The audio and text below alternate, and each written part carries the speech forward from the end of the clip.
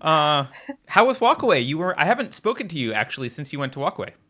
Really? I mean, maybe a couple Oh, signal yeah. messages, but So I was in DC this weekend for their big Walkaway DC event.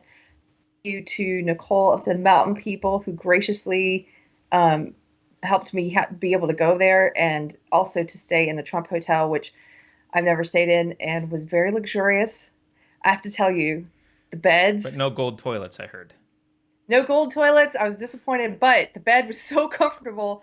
I seriously, each night we were kind of socializing, hanging out with people at the restaurant nearby, and I in my head I was weighing like socializing the bed, to go back to the bed. it was it was Nice, very comfortable. nice. So yeah, that was kind of funny staying there. It was a great event. It's interesting because I've only spoken at one of these events. I gave a speech at the one in Milwaukee, and in some ways, I feel like an outsider watching a walkaway event, even though I'm a classic walkaway, lifetime Democrat who walked away from the party in 2016. I voted for Bernie, and then I switched my after the primaries. I switched to independent, which I had been a Democrat my whole life, and to switch to independent was a big deal for me. And then moved to Texas, and then in 2018 I voted for my first Republican because I felt he was the more liberal option that I had on the ballot, which is funny but true. And I've decided I'm going to vote for Trump because he's the most liberal option. However, after talking with Brett Weinstein, and that interview's coming out this week finally. I know it was a big editing job for you, Carter, and for Beverly. So It wasn't it's me. It finally was all coming, Beverly. Beverly. So it's coming out this week. But you guys will see in that conversation, I definitely support Unity 2020. And I would like to see that on the Texas ballot. So he gave me a lot to think about. Can you And you scooch to guys, the right a little bit? By the way, you're not centered, and I can't. But there we go. Now I can do the split okay, screen again. Thank you. okay. That's fine. So anyway, I guess I'm getting a little off track. Oh, but so watching it, I kind of felt removed, almost in the way that a journalist covering it might feel. Like my friend who was there as a journalist, like I felt sort of part of it, but also a distance. It was interesting observing it because there's a large part of Walkaway who are the walk withs, and these are people who were already conservatives or who walked away decades ago. Okay. And so when you're there, I'm wondering what the demographics are of the people who attend the walk withs versus the walkaways, because in some ways it feels like it's a gathering of conservatives or at least of Trump people. And Yeah. so that was kind of interesting being an observer at it. And I will say this: I met some of the most amazing people. I got to hear our friend Mike Harlow speak. There were a bunch of great speakers, but here's the most amazing thing I saw. The last night we were there, the Trump Hotel has this big bar area. It's in the center of the hotel. The hotel's kind of like Italian in design. It's all the rooms open up onto this big, would you call it a veranda or something, where everyone's looking down. It Sure. circles the bar, and Like there's the a huge mezzanine American floor is flag. like a okay. Yeah, so if you come out of your room, you can look down Oh. at Mm-hmm. the bar, and so it's this beautiful bar area, and there's all these people there socializing, and mostly walk away people, but other people too, hanging out, and at some point, all of a sudden, there's like a cacophony of voices and noise, right?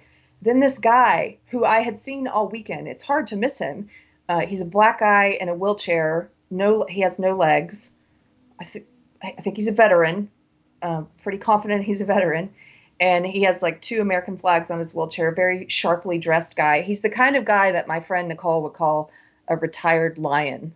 Like this is a Okay. strong man who is in his older years, and he very, he's a person you would notice. Mm-hmm. So he just shouts in this military style voice. He says, "Last call and P.S. Attention," and everyone shut up. and I'm talking about a bar where people are loud, there's noise everywhere, everyone shut up. You could hear a pin drop. And he faces the American flag and he starts singing Amazing Grace at the top of his lungs. And so beautiful. It's the most moving rendition I've ever heard of that song. And something just came over me. I was watching him like, I couldn't even take out a phone to film him because it would have disturbed the moment. It felt like God passing through the room. And I know for you and atheists and for other atheists, they may not understand what I mean, but you can We extrapolate to what, understand it. We yeah, you just categorize understand it it. as a psychological thing that's happening in your head. That's That's all. okay. That's We're how you not would dumb. categorize. Right. So he sang this song and tears came to my eyes watching him sing and I was looking around and it's that weird feeling. It's funny because I had just tried to describe this feeling. I had it on my trip at this chapel I went to, the Loreto Chapel in Santa Fe, New Mexico, where I just felt God, like this presence in the room, this acknowledgement of something bigger than yourself. And it's this hard to describe mix of emotions. It's just tearful That but song in joyful. particular is like a Yeah. goosebumpy song. Like that song, when sung well, um, Oh my definitely gosh. gives He you that sang it. feeling. Yeah. Yeah, he sang it so well, and he's sitting there, in his wheelchair. This dude who has no legs, the life of the party.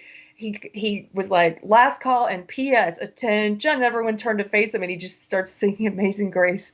And I looked over at my friend Nicole. I hope she won't mind that I'm saying this, but she was trying to film, but she's also sobbing.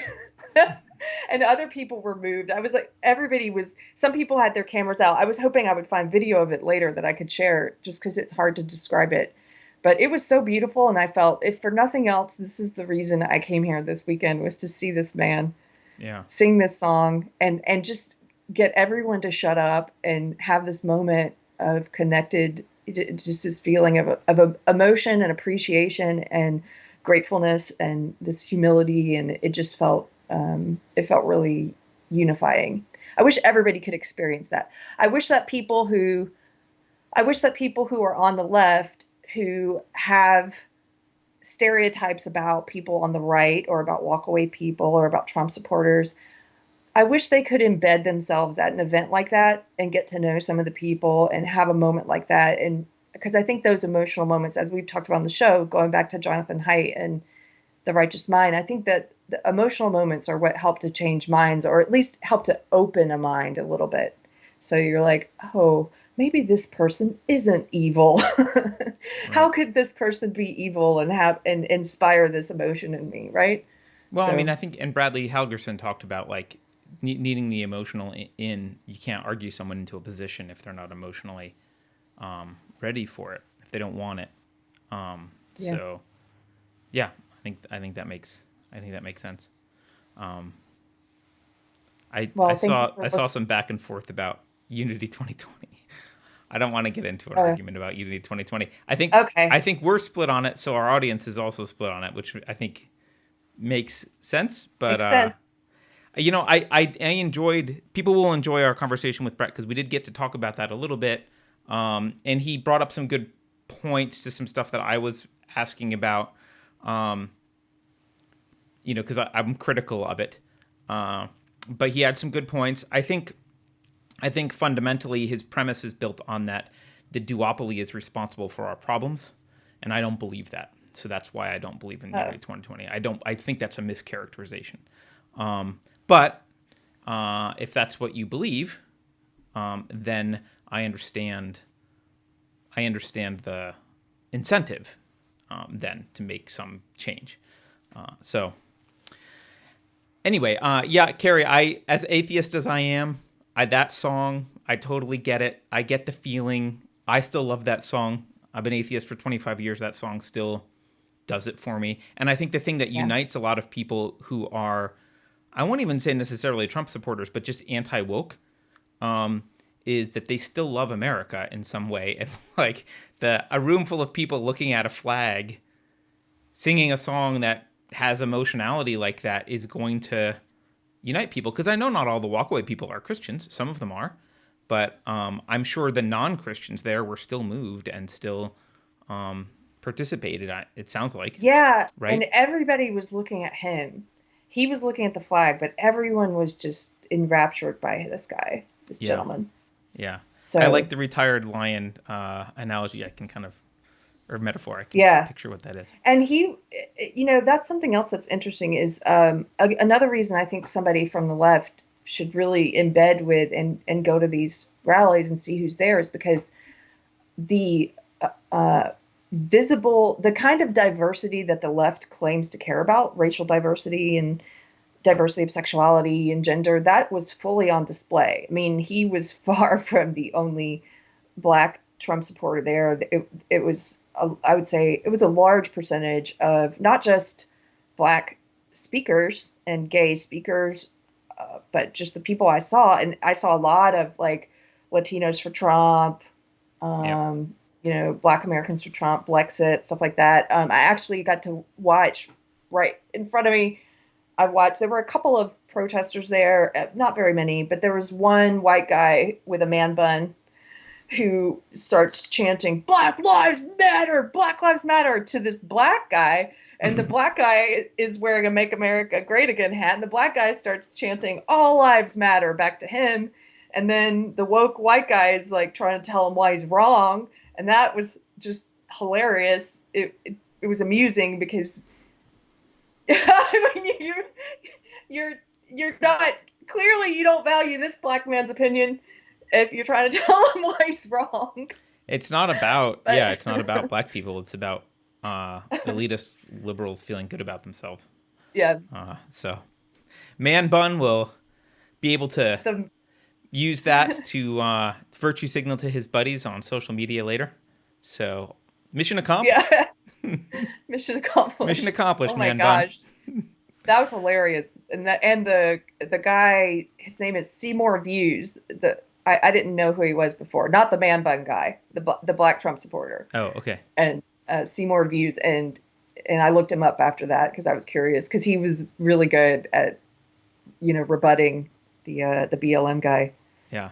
But yeah, it was interesting weekend. Good to be back though. Well, I'm glad you enjoyed it. I'm glad you enjoyed the weekend, and yeah.